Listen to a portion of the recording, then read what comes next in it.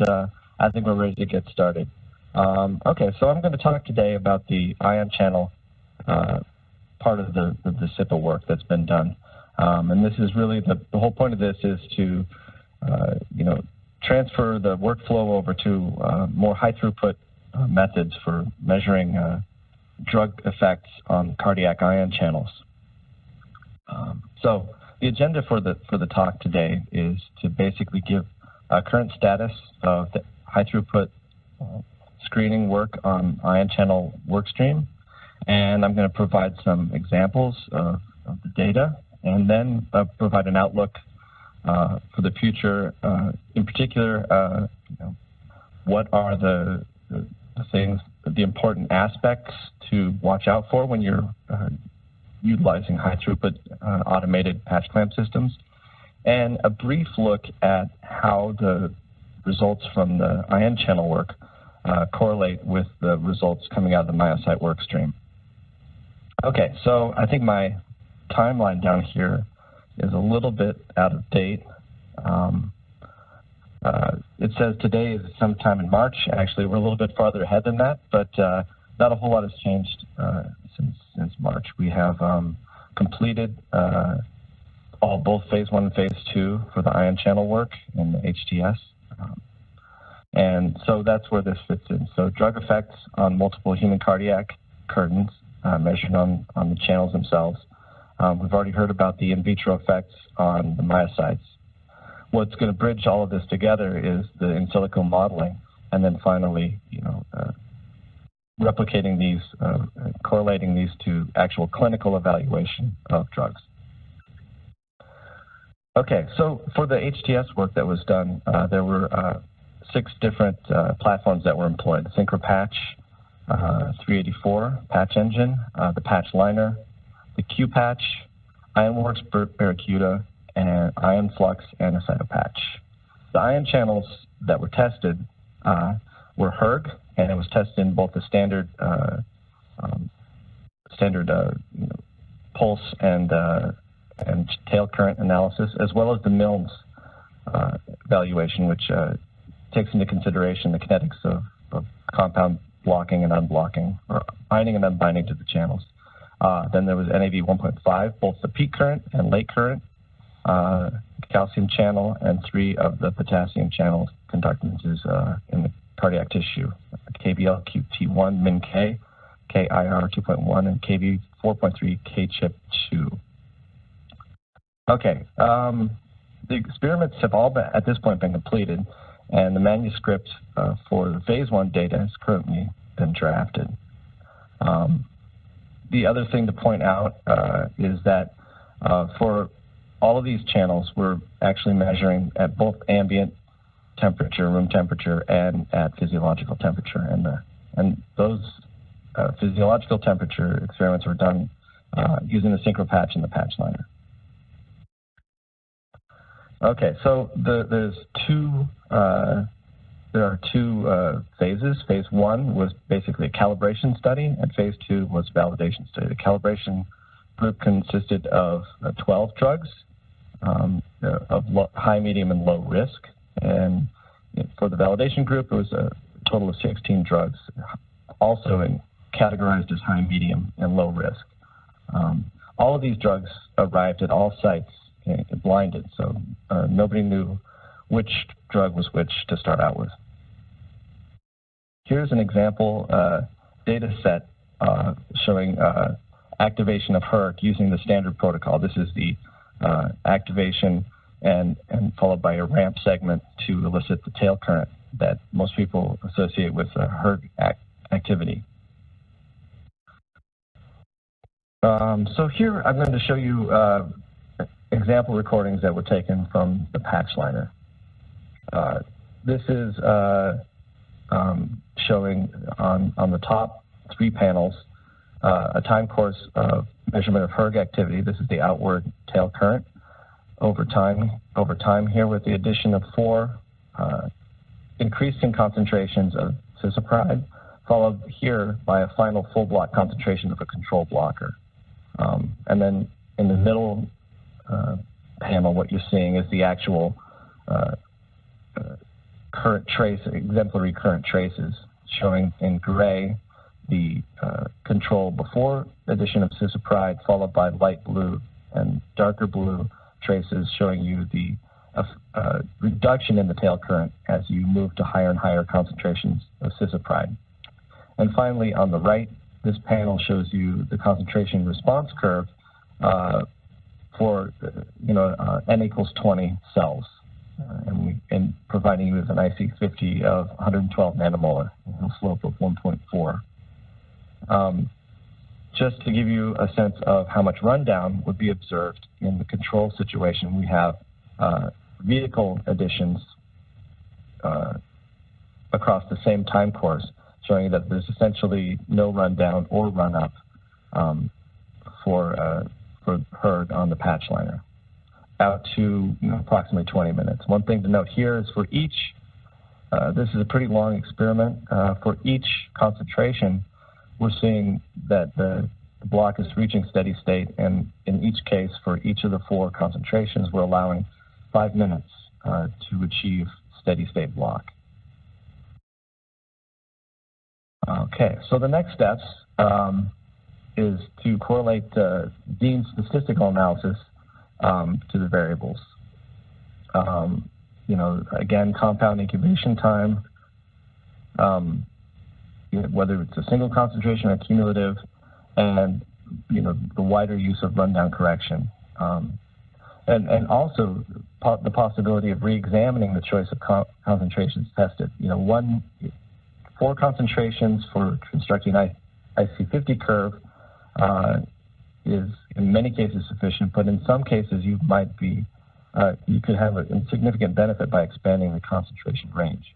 And this could be especially important for accommodating an analysis of the rundown. So if you expand your range of concentrations down to very low concentrations, your fit of the IC50 curve will then naturally be taking into consideration whatever rundown could be occurring during the course of an experiment.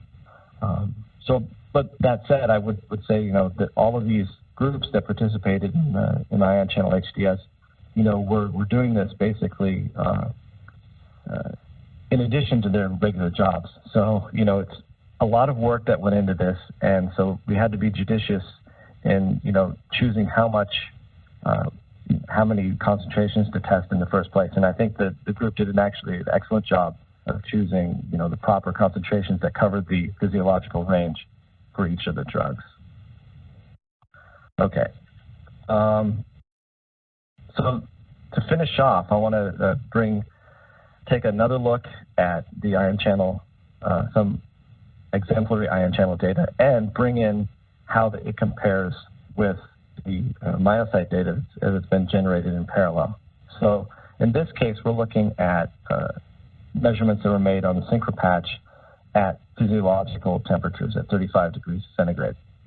And what we're looking at is the addition of Sotalol and 2 different concentrations of Sotalol as an example here, and also in comparison just a full block concentration down at the bottom. So with 10 micromolar Sotalol, what you see is very, very little effect over the course of maybe 10 minutes of recording time in the drug, whereas with 300 micromolar you see substantial block, probably 75 to maybe 60% block. And with the full block, you see that it's very rapid. The IC50 that we're measuring here is, when you take into consideration all of the concentrations tested, is 80 micromolar. And in addition to that, there were no effects seen for any of the other cardiac channels up to the top concentration of 300 micromolar. So this is an example of a drug that is a specific hERG blocker. And so how do these results compare with what we see in the cardiac, in the Myocyte data? So if you'll take a look here, if you take a look at the Myocyte phase 2 excerpt, Sotalol is one of these high-risk drugs. And as we just heard, these high-risk drugs were definitely all causing arrhythmic events.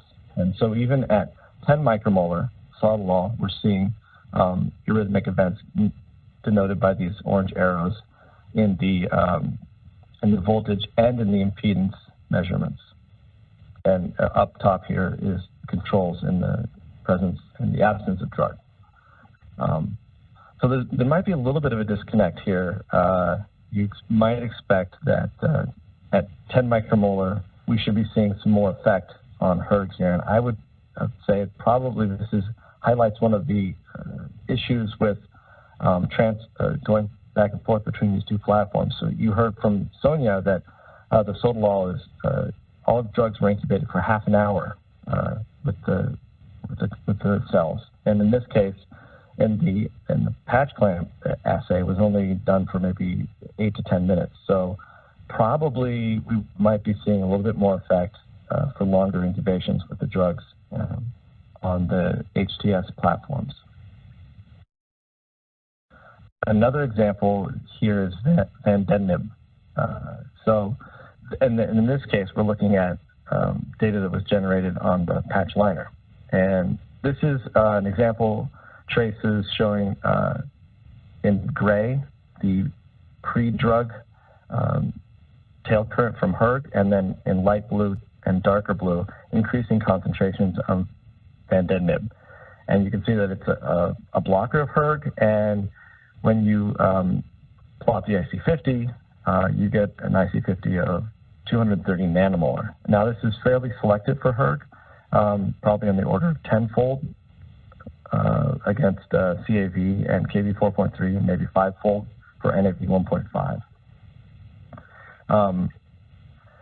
And as such, at concentrations such as 1 micromolar in the cardioexcite, you're seeing clear signs of arrhythmic events in both the voltage, the field potential measurements, and the impedance measurements. And this is consistent with what we're seeing on the Patchliner for block of hERG. And significantly, at 1 micromolar, we would be expecting to have a significant block of hERG, probably in the range of 80 to 85% block of hERG, and very minimal effect on the calcium and sodium and KV 4.3 channels. So in this case, it's pretty consistent results that we're generating both on the high throughput patch clamp and the Myocyte data as measured on the cardioexcite. So final steps, or the future steps, is to bring everything together. So what I'm showing here is just an overview of the hERG activity that was seen across all of the compounds at the different sites on the SyncroPatch and the Patchliner, and showing you on the right-hand side here the literature values for a block of hERG. And in most cases, the agreement is quite good between the literature values from manual patch clamp and what we're seeing on these high-throughput automated systems. There are a few exceptions where there's a little bit of a difference. So, for example, trifenadine coming in at 18 nanomolar. These results here are a little bit higher. And trifenadine is one of those ones that is a little bit of a sticky compound and a slow blocker. So this is one we're paying attention to. Incubation time could bring things closer into agreement. Just to sort of sum things up, we're taking a holistic approach with the CiPA initiative. We're looking at the patch clamp on individual cardiac ion channels to see differential effects of each drug on all of the cardiac ion channels. We're also measuring effects on networks of cardiomyocytes using techniques that allow us to look at both the contractility and the electrophysiology of these beating networks of cardiomyocytes. And then we're using in silico modeling, and finally to bring all of these things together to a place where we can have a comprehensive safety assay. Okay, so in summary, the Myocyte phase 2 validation study is completed. The paper has been published.